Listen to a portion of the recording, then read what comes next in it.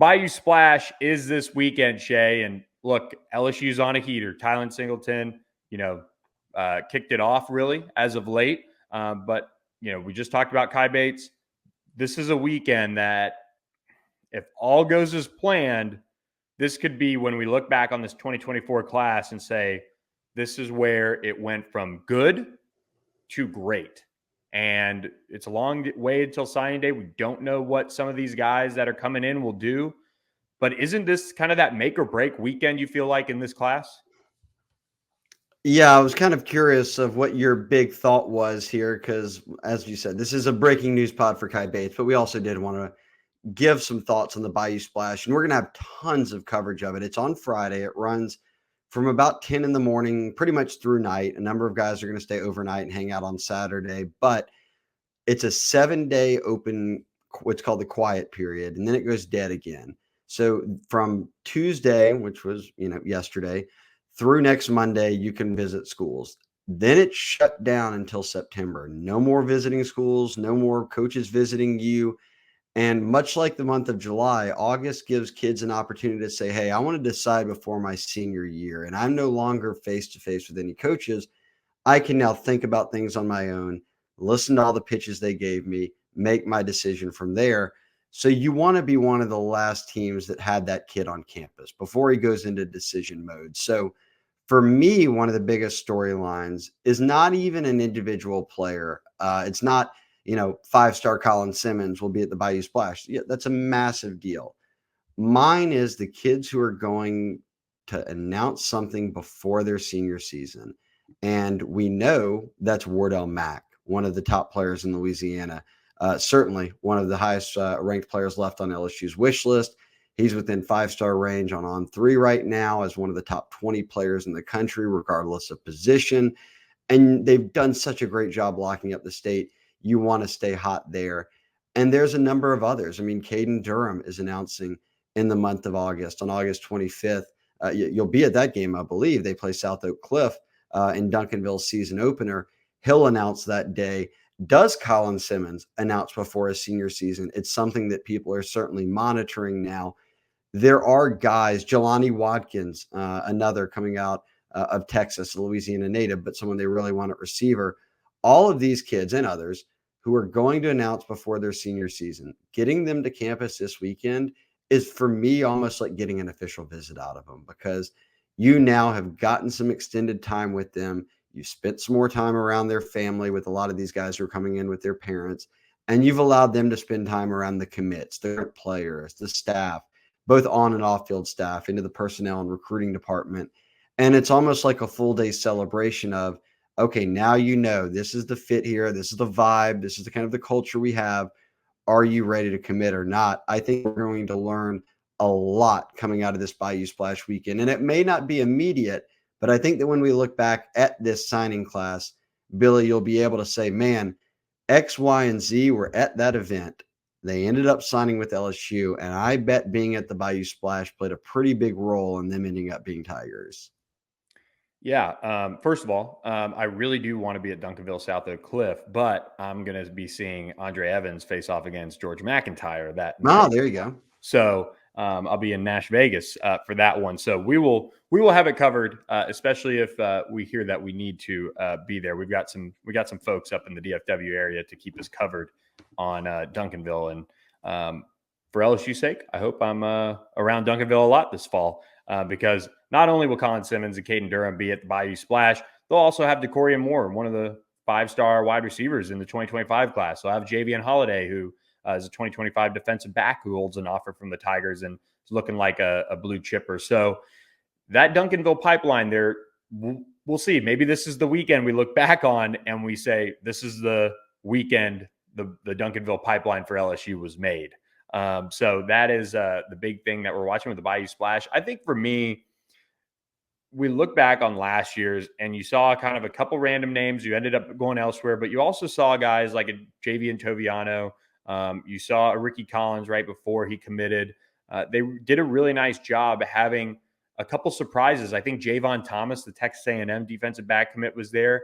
I want to see who maybe a surprise prospect is that's going to be there. Who's going to pop up kind of out of nowhere for us to cover and get reaction from. I'll note this. I think 2025 is shaping up really nicely early on for LSU. And a guy that I'm going to be out to see pretty quickly when fall camp hits is, hey, this is the perk of Brian Kelly and LSU reprioritizing Dallas. And Lamont Rogers, the 4-star offensive tackle from Mesquite Horn, is expected to be in town. LSU leads the On3 RPM there. He's a top 50 overall prospect. I've heard some really good things. We talk a lot about 2024, but if you go back to that list of the guys that were there for the 2024 class when they were going into their junior seasons, it was a really good list of guys who are littering that LSU commit list right now. So I think Lamont Rogers could be one to circle when it comes to maybe jumpstarting some 2025 buzz around LSU. We know that they've been doing a really good job in Louisiana so far in that cycle. Harlem Berry is going to be in town. James Simon's going to be in town, two of the top running backs in the country, the Harlem Berry being the number one. This is a group in 2025 that has a chance, if it shapes up as it looks early on, and that's the crazy part about recruiting. You could see some early targets that were there from the get-go, and maybe things happen and they don't go LSU's way, or maybe LSU prioritizes other people. But a guy like Lamont Rogers out of Texas, a guy like Ja'Cory Watson, who's one of the top wide receivers in the country in the 2025 class, both will be on campus. LSU could pretty much recruit, and I know they're starting to, dip into Florida, Georgia, places like that. But, man, they really seem to be going all in on Louisiana and really Texas too, to kind of fill up their boat of commitments. They've done a really nice job in DFW. They're trying to turn the wheels in Houston again. Well, yeah, you've got big alumni bases in both Houston and Dallas. And again, it's a drive for these kids instead of having to hop on a flight, whether if you're in Florida or a lot of these out-of-state schools along the East Coast or even out west. Recruiting border states with Louisiana is always a good strategy, and we're seeing them hit East Texas very hard. I like your breakdown there on things, and when you said it struck kind of a moment of clarity here for me that I had skipped over when talking with Kalaj Cobbins on Monday. And Kalaj Cobbins is committed to LSU. He's about to be a senior at Destrehan, and he's going to be at the Bayou Splash. And I asked him what he's looking forward to, and he said, man, I'm really looking forward to, I know a lot of the guys in the class, but I want to be able to vibe with all of them. And I wasn't at the Splash last year. I was out of town that weekend. But he said that's when all the guys in the 2024 class really started to vibe and get to know each other. So, yes, that is now the 2025 class. If you get Harlem Berry and Simon and a lot of these, 2025 big targets, certainly in Louisiana, around each other, you start to build that rapport that they have, not just with the staff and the players, but with each other. And the more those guys hang around each other, once that one domino drops for LSU and another, you see how it unfolds. This cycle is a good example. Guys just keep staying home because they say, hey, I'm buying into the pitch too. I don't need to leave the state to win championships if everyone in Louisiana is going to stay home too. I think that's a very good point to bring up. You want to lock up Harlem Berry. You want to lock up Simon. You want to lock up a lot of these big names in next year's class. Like Keelan Moses is one that I think ends up at LSU regardless. But it's a really, really deep cycle in Louisiana, and it's weekends like this that can kind of give you a nice head start before September 1st gets here. That's when juniors can start getting phone calls from college coaches, and all the out-of-state teams will be all over these guys beyond just offering them.